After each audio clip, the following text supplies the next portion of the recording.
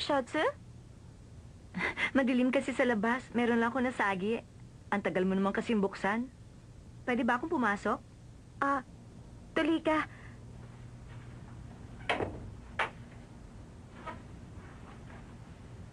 Maupo ka. Mukhang ginabi ka yata ng punta. May gusto sana akong sabihin. May sasabihin ka? Hindi kayang sasabihin niyo sa akin ay tungkol sa nangyari sa kanila ni Dowmington? Alam mo kasi, Ayokong marinig ang tungkol dyan.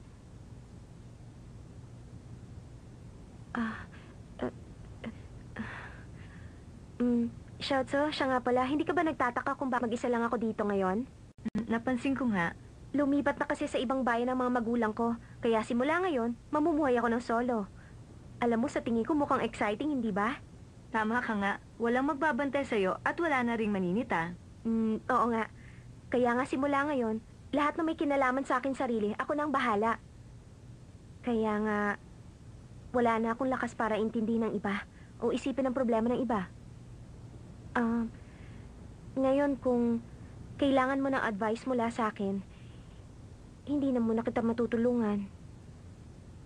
Sanchay, ayaw mo ba akong kaibigan? Hindi, huwag kang mag-isip ng ganyan. Hindi yun ang ibig kong sabihin. Alam mo kung naiinis ka sa akin, hindi kita masisisi. Dahil nagsinungaling ako. Siguro dahil sa naiingit ako sa'yo, kaya di ko masabi ang totoo.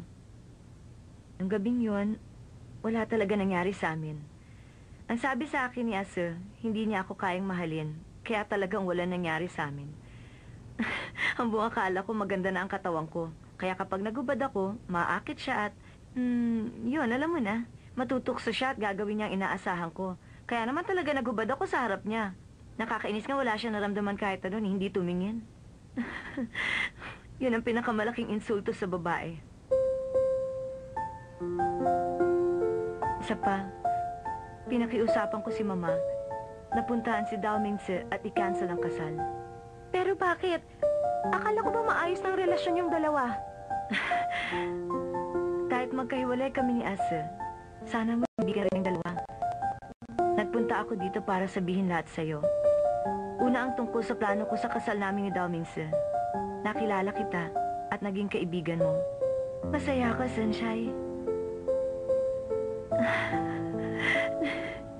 Pasensya ka na. Sinisipon ako pag umiiyak. Sinabihan ko pa siya ng hindi magagandang salita kanina. Kung minsan iniisip ko, nakakainis ang ugali niya. Pero nasasabi niyang gusto niya. Pagkatapos nagpunta pa siya dito kahit gabi na, para lang sabihin sa akin ang lahat ng ito. Paano, alis na ako.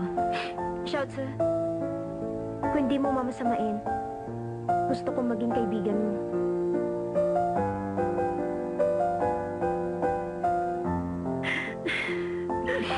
Salamat sa iyo, Sunshine. Simula ngayon, hindi na kita bibigyan ng problema. Shotze, Makinig ka sa akin. Kung talagang kaibigan ang turing mo sa akin, huwag mo intindihin ang nararamdaman ko at magpakatotoo ka.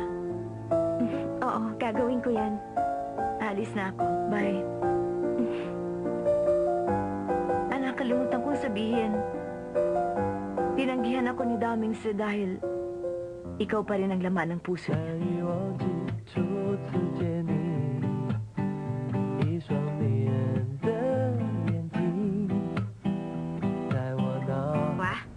Oo, tama ka nga. Mag-isa na lang yung Sanchay.